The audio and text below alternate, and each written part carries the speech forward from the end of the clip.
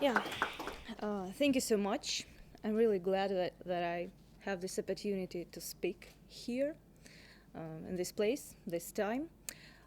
Basically, the fact that I'm standing right now, right here, could be, I don't know, perceived as the series of different, coincidences. Because at first, though I'm quite interested in culture-related topics, and as a university instructor, I do teach some culture-related disciplines back home. I never heard about cultural diplomacy before I actually got a message from ICD about this upcoming event. And just because I really wanted to be back to Brussels, that I really liked, because I came here for my birthday this year for the first time, I decided that it's just a great opportunity to be back and to combine it with something more exciting than just staying in the city.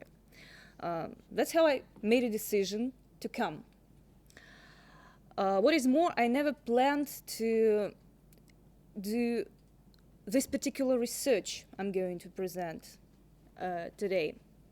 I'm from Russia, from the region called Udmurt Republic, which is a national republic in Russia. So you may have heard that we're federative states with 80-something regions.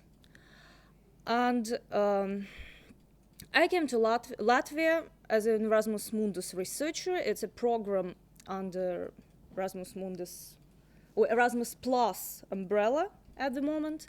It's the cooperation with third countries, because just this regular Erasmus, it works for Europe, and they also have some programs for other regions. And again, I never planned to go to Latvia. I was interested in going somewhere else, so to speak, the real Europe, because Latvia is a former Soviet republic and it's still believed to be quite close to Russia anyway. But my project concentrated on the transition of Russian education system towards the European. And that's how I decided that it has more sense for me to go to Latvia, where they used to have the same educational system as we, because we were just the same country years ago, and just try to compare how they were dealing with those transitions and where they are at the moment. That's why I decided that, okay, I'm going to Latvia. And despite the fact that I've been kind of explained that they do not like Russians there, it's a common belief in Russia about some or most Baltic states, I personally had no, ideas or previous connections with these countries, so I came, as I now believe, being absolutely open to anything I could find there, and more or less objective. And again, I started with doing this research in the sphere of education, but in a while I understood that another really important topic emerged, and I found out myself doing this type of research. And just to be more concrete, I'm going to quote myself, because I don't have anything today. I wasn't sure. Maybe it was obvious that if I submit paper, I'm supposed to speak. It wasn't obvious for me anyway. So I don't have even a hard copy of this paper, no PowerPoint. I'm very sorry for that. So, but I have a draft version on my tablet, so it helps a little bit. So, once I arrived, I really needed to adapt to this new culture, though it's quite close to Russian, to the new realities where, before that, I only visited English-speaking countries. And it wasn't a big deal because you could understand everything, speaking English. And there in Latvia, everything is in Latvian, obviously. Like all the signs in the streets, in the shops, everything. So it took me 3 days just to adapt kind of to this new environment. And for any foreigner who arrives to Latvia, in a while it starts being quite obvious that something's going on in the wrong way there. And I'm going to, as I just mentioned, quote myself and read you several very short stories, like snapshots of the real situations I started to observe starting with the very first day I arrived. Okay. An old gentleman selling used goods in the local market. Girl, I'm an old Jew, though they believe I'm Russian. During Soviet times, I was a military engineer, working for the local industry, but lost my job after the independence. And you see what I have finally got in this country. A Russian-speaking young lady, recollecting the stories her teacher told her. When she arrived to Latvia as a young Soviet specialist, she was very friendly, open, and eager to learn Latvian, but she mispronounced most of the words and made other mistakes in her speech. So locals kept on telling her, do not spoil our language, speak your Russian, and she stopped trying. A middle-aged Latvian companion of mine for a daily trip to Lithuania, another Baltic state, speaking Russian quite fluently. I used to have a Russian-speaking friend when I was a kid, so I could speak Russian since I was 4. Then I started watching Russian cartoons and movies, and I'm still reading books published in Russian. A Russian-speaking cleaning lady in the dormitory for exchange students. I cannot find any better job as I'm not a citizen. If only I could move to Russia. An elderly professor in the students' restaurant in the main building of Latvian University, where I asked both in Russian and in English, female food server, about what is in the food. Do not torture her, speak normally. A 20-something-year-old Russian-speaking female student who burst into tears, really, when I told her that she must speak Latvian as she was born in this country. I hate being forced to do that. A high school Latvian-speaking boy who replied in Latvian quite haughtily that he doesn't speak any Russian, and when I just asked him to let me pass through the door, and who disappeared immediately when I offered him to continue communication in English. 2 Latvian personal coaches in the fitness center, both speaking 2 languages, one Latvian and Russian, the other Latvian and English. Speaking only Latvian is not enough to get a good job. March the 16th, Latvian Legion Day. Russian-speaking individuals and groups shouting, "Shame on you," along with elderly Latvian ladies cheering Waffen-SS soldiers and other participants in the procession with applause and flowers. And police officers protecting another old lady speaking Russian and holding pictures taken in Salaspils concentration camp with the words, "Never forget what you did." And 2 elderly ladies met at the bus stop not long ago, just before I started writing this paper. One is Latvian, the other is Russian. A Latvian lady asking about the schedule in Latvian. Russian indicating in Russian that she's very sorry, but it's obvious she is not a Latvian language speaker. And the rest of communication in Russian. Come and sit with me, we can talk while riding. So, and I could create much more stories of the kind, just to show that Latvian society in the moment is quite diverse and quite disintegrated, and because of the language, of course.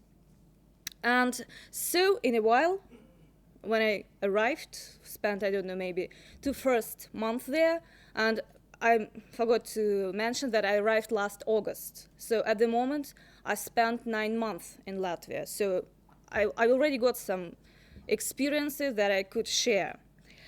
And yeah, I understood that it's not just naturalistic observation. It's already this participant, disguised? Yeah, disguised observation, and even more, it's like deep interviewing, because after a while I found out myself just encouraging people, speaking about their attitudes, their understanding of the current language situation in Latvia. And I spoke both to Latvians, Russians, those who can speak both languages, those who can speak only one language, and obviously I could reach more Russian-speaking individuals rather than Latvian-speaking individuals, even though they also commented on the issue. And after a while I started making some notes, like the results of such short interviews or observations. And I'm not planning to analyze anything quantitatively or to publish all the results, but still I do believe that it's quite interesting, or it's worth discussing those issues. And so I presented this topic not long ago on May 13, or it was May 15 maybe, so it was a conference, a students' research conference in Latvian University. And so I spoke about my understanding of the issue in terms of intercultural competency. And I tried to prove that those Latvians in general, like the citizens or those who live in Latvia, who are not proficient in both languages, may not be interculturally competent enough in this particular country, and they may be, so to speak, in danger in this particular economy. And what made me think so? So again, lots of other stories or comments made by other people within this, so to speak, research. And so, just very briefly about my idea, or my ideas, that the lack of proficiency in both languages means the lack of intercultural competence, and what impact it may have in the future or at the moment for those particular individuals. And what is more, within this particular presentation made about, 10 days ago, I concentrated on Latvian part of the audience, because according to the statistics I managed to find, there are only about 8% of Latvian population who do not master the state language. And there are no school children of this kind, so they are all maybe forced to study Latvian at school. And what is more, they are going to ban any instruction in Russian by 2018 in Latvia. At the moment, there are still Latvian schools there. And Russian-speaking minority, it's about 30% of Latvian population. And so I argue that the lack of language competence means the lack of adaptability. And here I have a quotation from an anonymous female student from this workshop, and actually I used her comment as the title of this paper. So she explained that it was her choice not to learn Russian, as we had so many troubles with Russia in the past. So it's like a common belief in most post-Soviet countries. And it's quite strange for me that people prefer not to distinguish between Russia and Soviet Union. So Russia was just one of the Soviet republics those days. So there were 14 others. And when Baltic states were forcibly, joined to Soviet Union because of the World War II issues, there were 11 more participants within Soviet Union. And then, the main issue is this Soviet occupation of 1940s, and only several facts or interpretations, because we are always not aware of real facts, but rather the interpretations made by somebody else for us. So only the negative ideas are taken into consideration. So nobody cares about the fact that some Latvians who were reported to Siberia as a historical fact. So some of them managed to survive just because Russians, like ordinary people living there, struggling there, because life was not really easy after the World War II in Russia and in Siberia specifically. So they really shared what they had with those Latvians, and they helped them to survive. So it's not about Russians who really wanted to ruin Baltic states for some reason, because sometimes they even didn't care. They didn't know anything about the situation in this other part of the Soviet Union. And so they usually speak about this evil Soviet government of those years, of 1940s. But again, it's not like Russian. Because I've once found some quite interesting, either a short article or just a comment, that someone decided to count ethnical Russians in this government of 1940s. So, and it's obvious that there were not so many ethnical Russians within or among those country managers of those days. So, there is nothing like that can support this idea that Russians and Latvians did have troubles in the past, because again, there could be some other examples of previous years, but I'm not going to speak about those issues. Yeah, there was something between two nations, but still. And what I believe is that at the moment, some Russians who do not speak Latvian in Latvia, they are definitely excluded from some contexts. They cannot participate fully in some events. They cannot understand what is told about them because they just do not speak Russian. They do not speak Latvian. But as the system of education constructed the way as it is at the moment in Latvia, that more and more disciplines are taught in Latvian rather than in Russian, even in those minority schools, it's obvious that in a while all Russian-speaking individuals in Latvia will speak Latvian, and it will be absolutely different in case of Latvians who won't. And as a result, they could be excluded in several years from the communication when Russians will be speaking among them about something. So it's the lack of adaptability in this particular country. Then the lack of language competence means also the lack of competitiveness in labor market. And another very short comment from the owner of a beauty salon in the very center of Riga. I would hire a Latvian who speaks no Russian only if I had absolutely no other option.